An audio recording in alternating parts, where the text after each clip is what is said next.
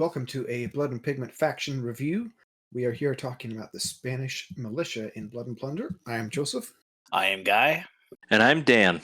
The Spanish Militia is probably the premier Spanish faction. It's a huge faction, lots going on in it. One of the biggest players in the New World and 17th century here.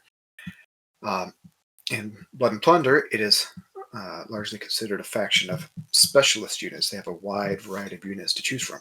I'm going to come out and say this is not a faction for sea battles, but it does have the gold standard for experienced commanders. Your vanilla experienced commander comes with a 12-inch command range, 2 command points, inspiring, and a matchlock musket, all for 15 points, which is a hell of a value. Most units in this force have Ruthless, and as a militia, the average resolve is 6. This faction has a couple basic strategies that are helped or hampered by its unit selection and the different force options. The first type of force to consider is the Militia Horde, something that the Spanish militia with the 3-point Milicianos looks to be apt for.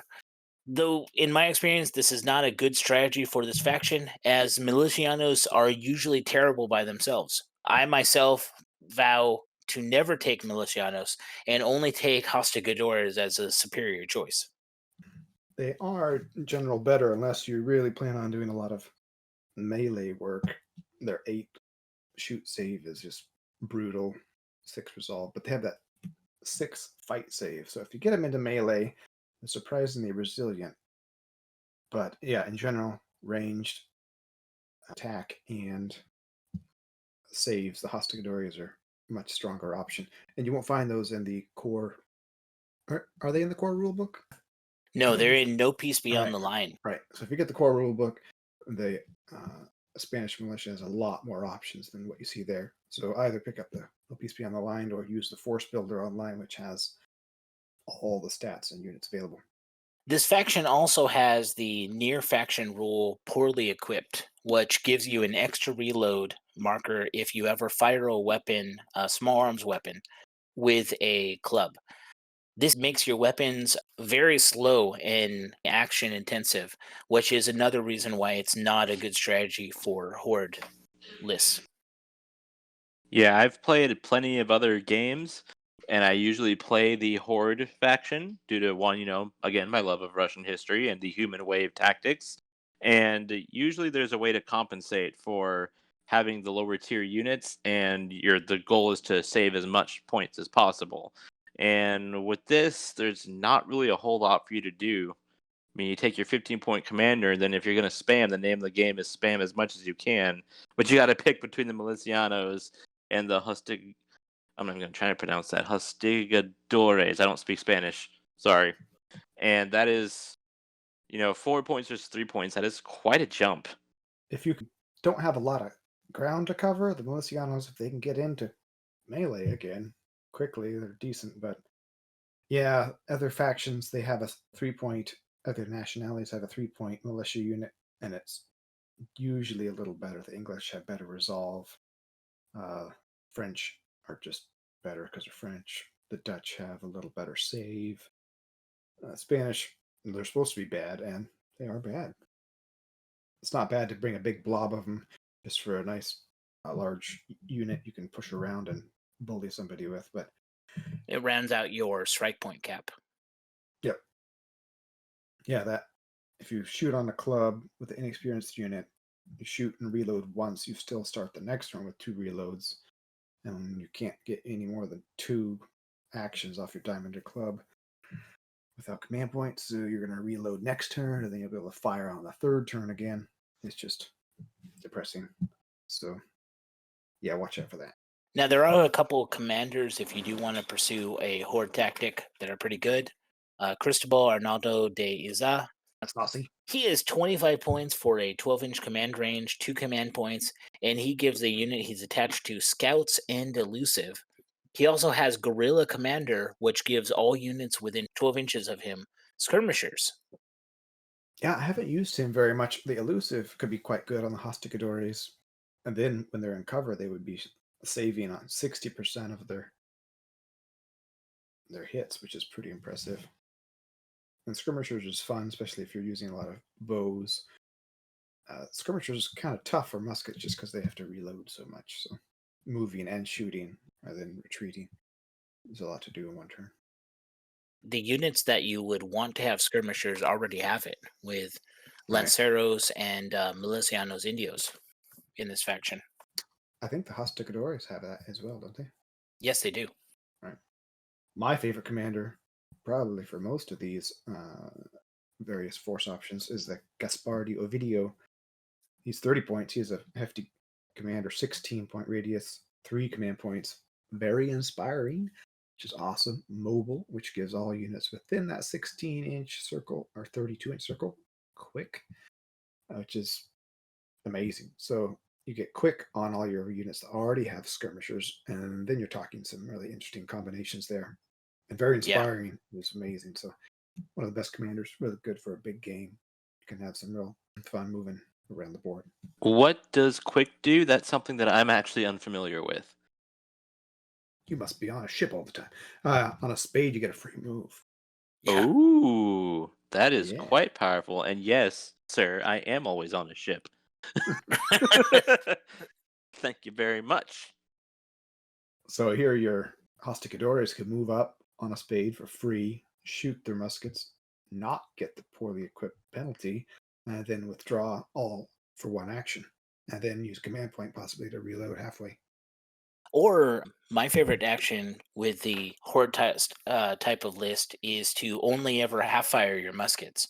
So if you have a blob of 12 guys, they can jump up forward, fire all their fire 6 of their muskets, jump back and reload and be ready for any defensive attacks or the next round. Yeah, that's effective too. It helps limit the penalties of being inexperienced. Mm-hmm. Just more men. Yeah, pile on more men. No, that's the Spanish way. I like this third commander too, Andrade Okea Zarate. I have no idea how to really say that. He's an old dude. He's only 20 points for 3 command points, which is very unusual in the game. Very cheap. 12-inch radius. He has inspiring, and then which is good, and then feeble, which is a negative ability. I think if he ever becomes shaken, you have to roll a dice, and he just dies if you fail your resolve. Is that right? No, it's that if he has, at the end of his unit's activation, if the unit gained any fatigue, you have to roll a dice. And if that dice is equal to or less than the turn you're on, he dies. But then you nominate another model in the unit he was in that becomes an inexperienced commander. Right. Oh, yeah. So it's a fun little thing. I don't think it's that bad. It can be played around. You need to put him in the back and make it so he's not in like the line of fire, and you need to not push the unit he's in because that might kill the old man. Could save Oh him. yeah, grizzled veteran to take off that fatigue. That might work. If you could make him indomitable, that would be even better. Yeah. I like this guy. I played him quite a bit. He's never died on me. I use him on the Guardacostas too because he has broadside and Commodore. He's not a bad naval commander. I think he's just funny too. Have your guy just keel over in the middle of a battle. That'd be fun. Yeah, that's what happened historically too. He launched with a bunch of militia and he died on the beach. So that's where that ability is feeble is coming from. That's the way I want to go. Also, all 3 of the commanders we mentioned all get a musket too, which is really nice. Like, yeah, usually getting that commander a real weapon kind of gives them a discount because they become a 4 or 5, 6 point model as well as a commander. That's nice. Another way to run this faction is a mixed melee using the faction option Guerrilla Fighters. Use lane weight to deploy to your forward position and apply pressure early while advancing. However, this is very skill intensive though, and poor placement will basically just get the unit killed and you're basically letting your opponent have your strike points. Yeah, that lay and wait rule can be a double-edged sword. It's really fun to get those. Basically, you get to place a couple, in this case, half your force prone anywhere on the board least a little more than 8 inches away, at least that far away from any enemy units. But when you're prone, you can get charged. So you want to be careful. If you're prone and charged, you're just dead. And then you can't run artillery on field carriages, and you can't run mounted units either if you take the guerrilla fighters rule for this. And what does the guerrilla fighters give you? This force may include Milicianos Indios as core units and may deploy up to half of its units using the lay in wait rule, but only if this force contains no artillery on field carriages and no mounted units. Milicianos Indios are actually pretty good. They're kind of a high skill unit again, I think. They have a decent shoot with bows. They can shoot a lot. They have quick skirmishers, and they have a really good melee attack 5, right? But then a horrible melee save at 8. So they're kind of a hit and run, but don't stick around for the. But they are quick. Yep, and they can skirmish out of a melee, which is really fun. And they have that 6 shoot save with elusive, which means if they're in cover, it's a 5 to kill them, or they save Right. on a 5, that's really good. That's as good as it gets. And I do like the guerrilla fighters will always get to lay in wait with half of their force. The native forces only get to lay in wait when they are attacking, Right. whereas guerrilla fighters, even if you're on defense, you can lay in wait. Lay in wait can be really good for certain scenarios too. Some of them prohibit you from abusing it too much, but Or put you 9 inches away from the objectives.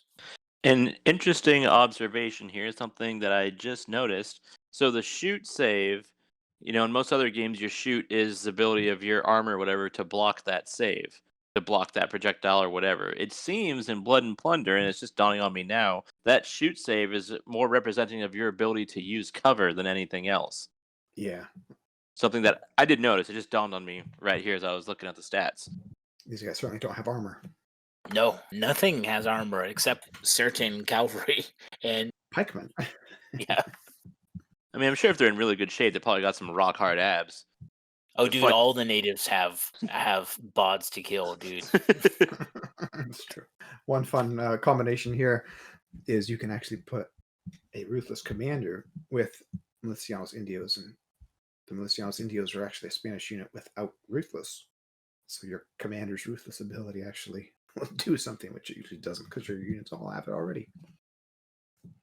Yeah, and it's that experienced militia commander that has Ruthless. So Ruthless and Inspiring for 15 points on Milicianos Indios that you can lay in a forward position. Pretty good. So some of the commanders that are fun for this variation of the faction. Well, we have Cristobal Arnaldo de Isa that we just talked about. He kind of does the same thing with this variation of the force, as does Gaspar de Oviedo. He does the same thing, but what's Even one of better. the units that I think is different is Francisco D Peralta, a 28.8 commander with a 12-inch command range, 2 command points, very inspiring, resilient, and determination. Determination is a really interesting way to play the Spanish. You replace anything with ruthless with tough, right? Yes, and tough is most of the time the better ability. Yeah, especially when most of the units in this faction have a 6 resolve, which is suboptimal. So being able to manage that fatigue is good. I usually play this leader at sea because losing ruthless at sea isn't such a penalty. I think when I've played him, it's been at sea as well, but losing Ruthless for tough in a mixed melee or guerrilla fighters list seems really good. I haven't tried it out myself yet. We also have Francisco de Fuentes de Galarza, something like that. 28 points, 16-inch radius, 2 command points. And then he fits right in with this faction with elusive, inspiring guerrilla commander, which again gives that all the units skirmishers and resilient. So he's a tough one to beat. Probably better on defense than offense, but it's a lot like Asasi, isn't he? Yeah, he is. I think Gaspar de Oviedo is probably the best commander for this force because it doesn't take anything away. And he's quick, so much quick. Yeah, quick is so good for especially jumping around with putting so many of your guys up close. I want to explore this variation of the faction a lot more.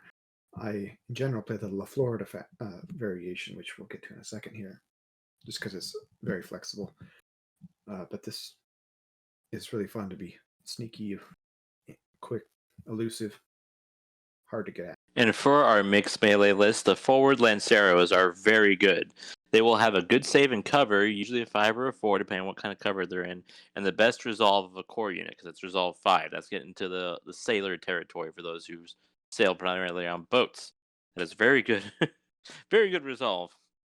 However, they do need to get into melee to do anything, and they're 5 points each, so definitely they will need range support.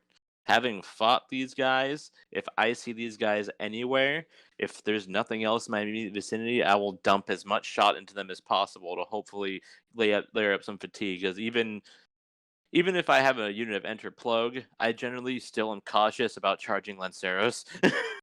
It's not something I enjoy doing.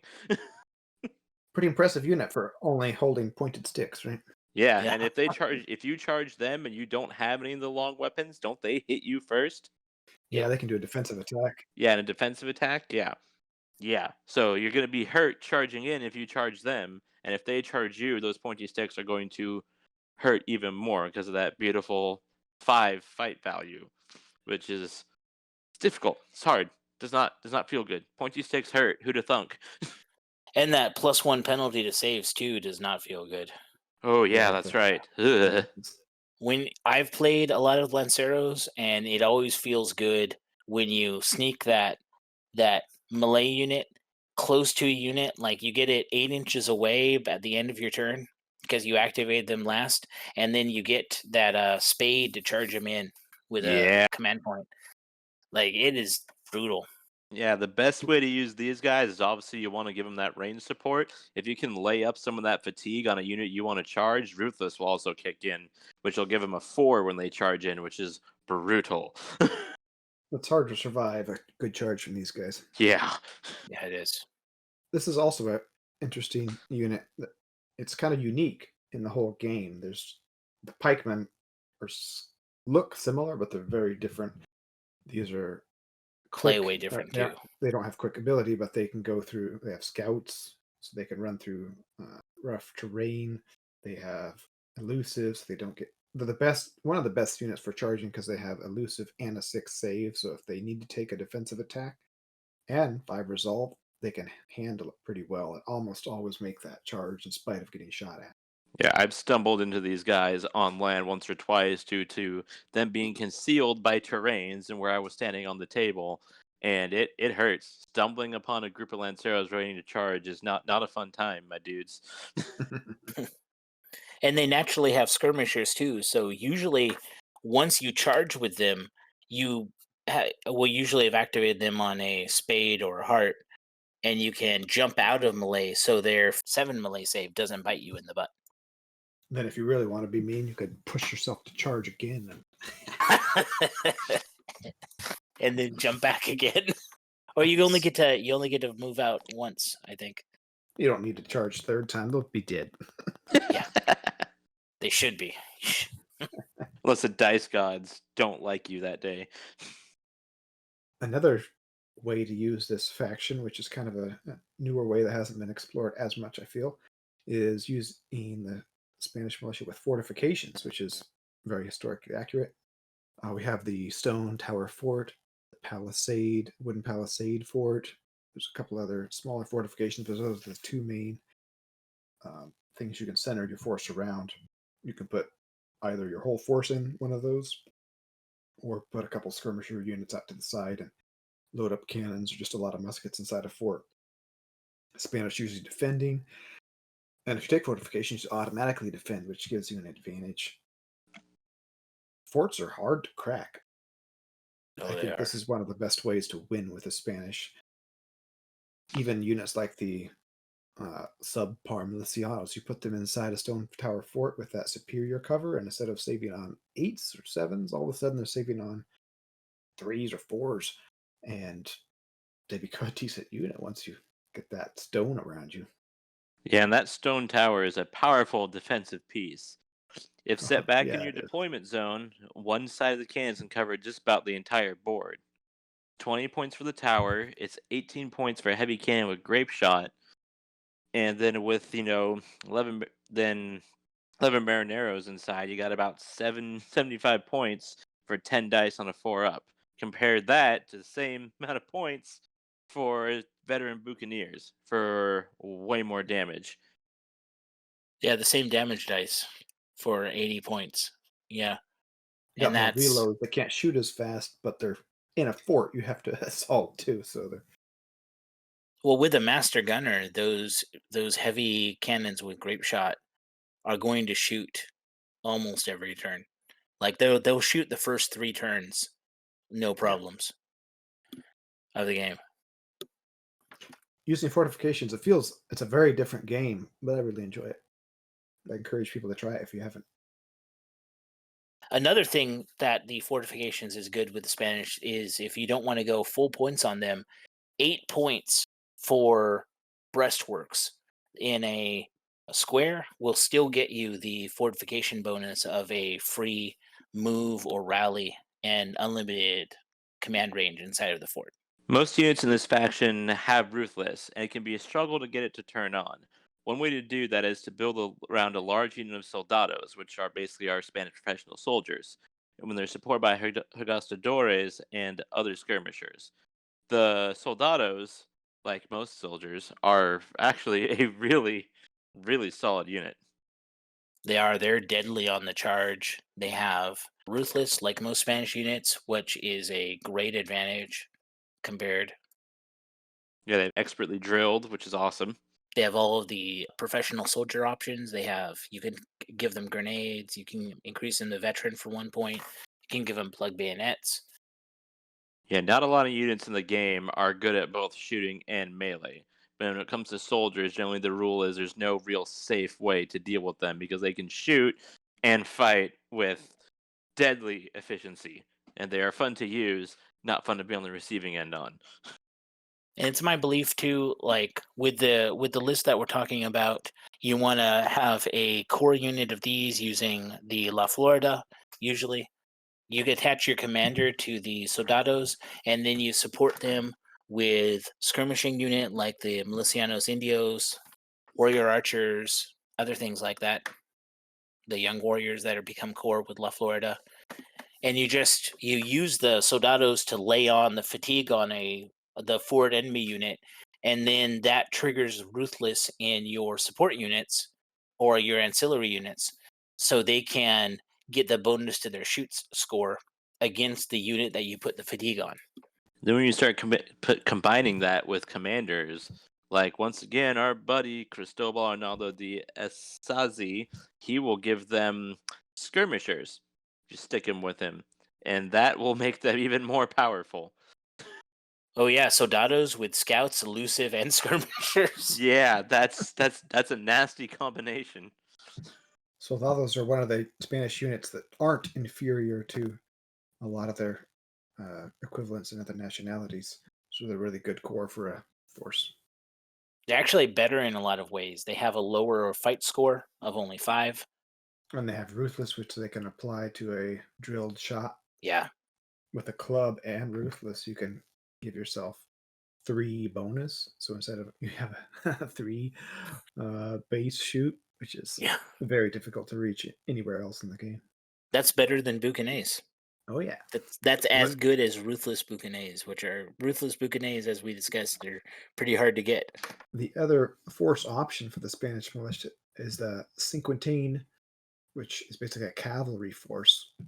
The Caballero Lancero become core, but you have to have at least 2 units of Caballero Lanceros, and your force commander must be mounted.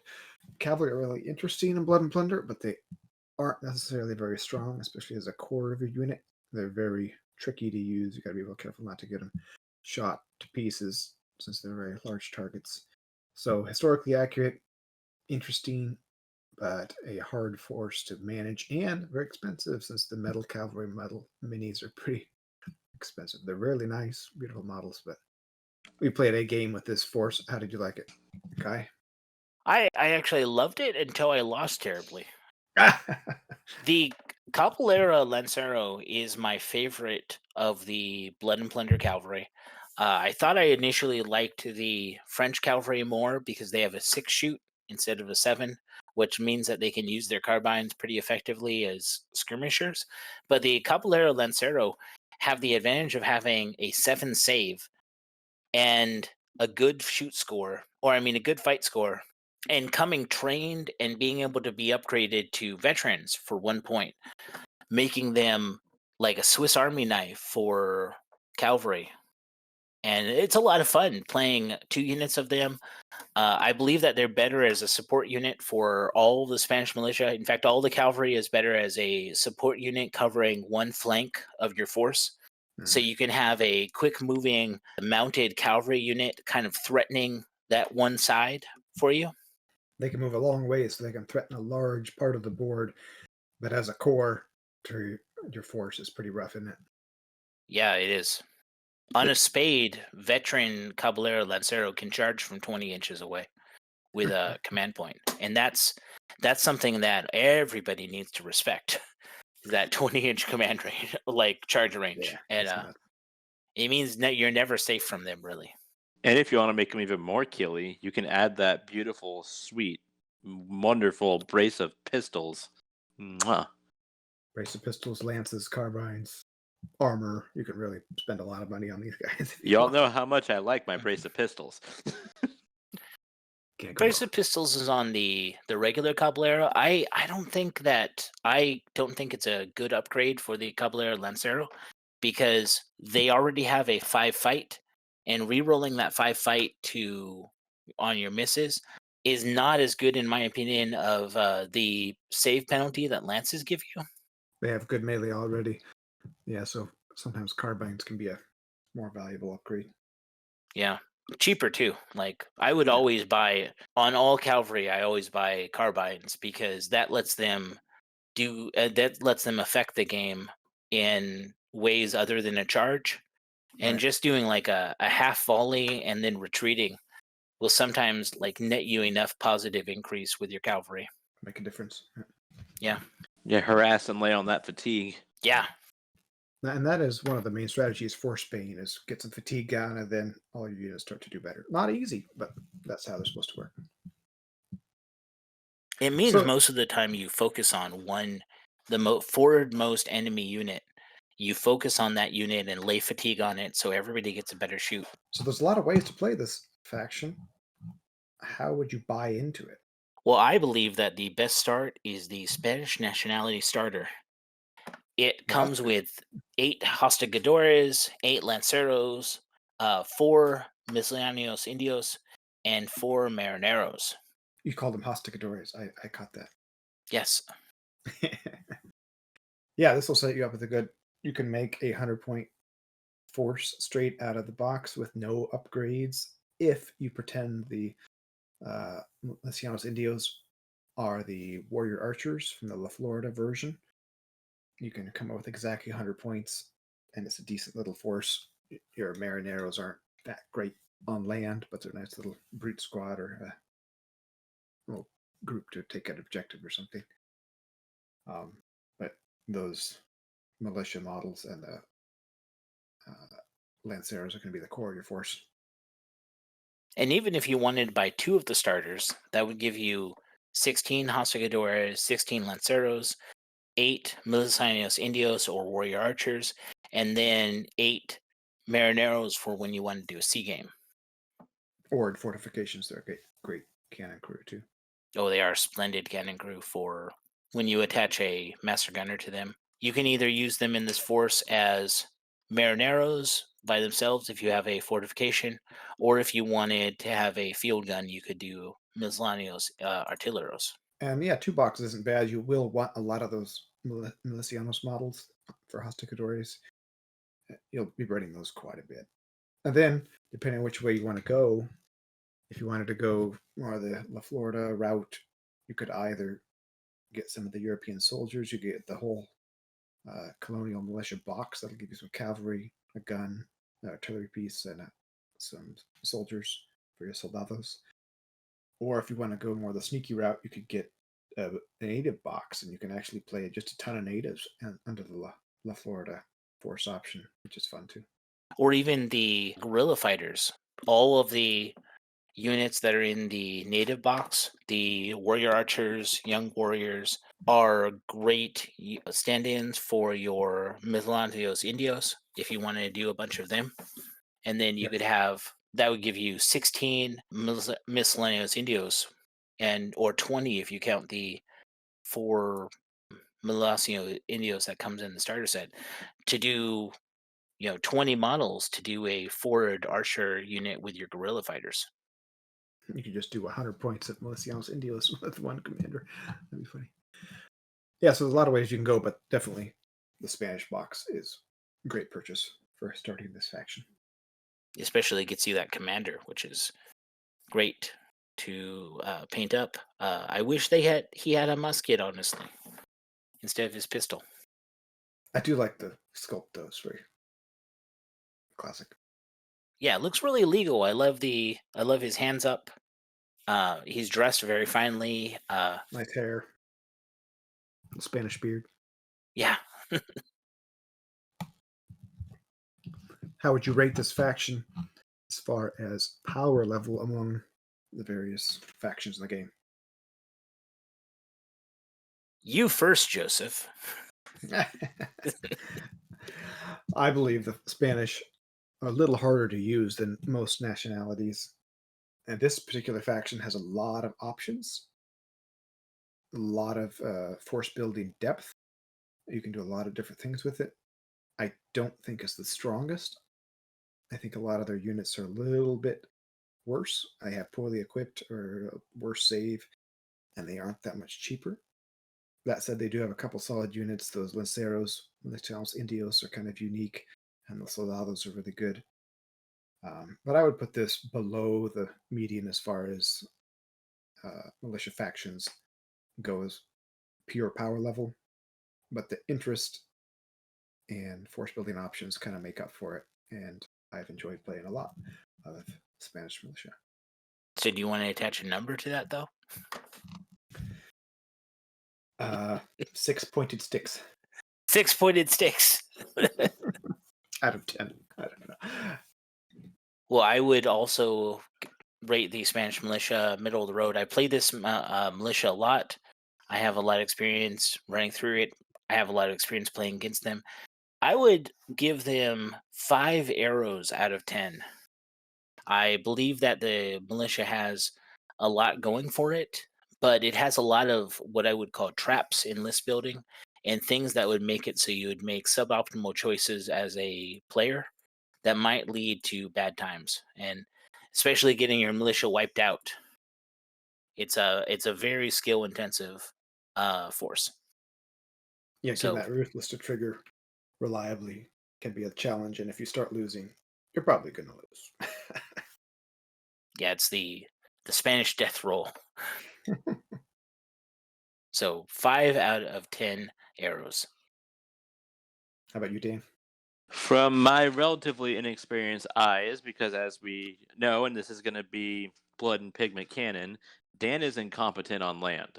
So land factions are already difficult for me to look at because I'm much more comfortable on the ship. The few land battles I fought have been against the Spanish militia. I would rate them same as Guy. I'm going to go with 5 rusty arquebuses because poorly equipped Poorly sucks. equipped. It really sucks, but they really make up for it in that they're a different way to play. There's lots of different flavors, and while it is skill intensive, they reward creativity, in my opinion, at least on paper. Like whether you're doing the horde list or the professional list, they have so many options to kind of flesh out that no 2 players are going to play this the same way once they figure out how they want to do it. And that means that, you're rolling up to the table to play. You don't know if they're going to run the Horde, if they're going to run La Florida, if you're going to get swamped by some cavalry, or you got some dirty Spaniards hiding in bushes with rusty muskets.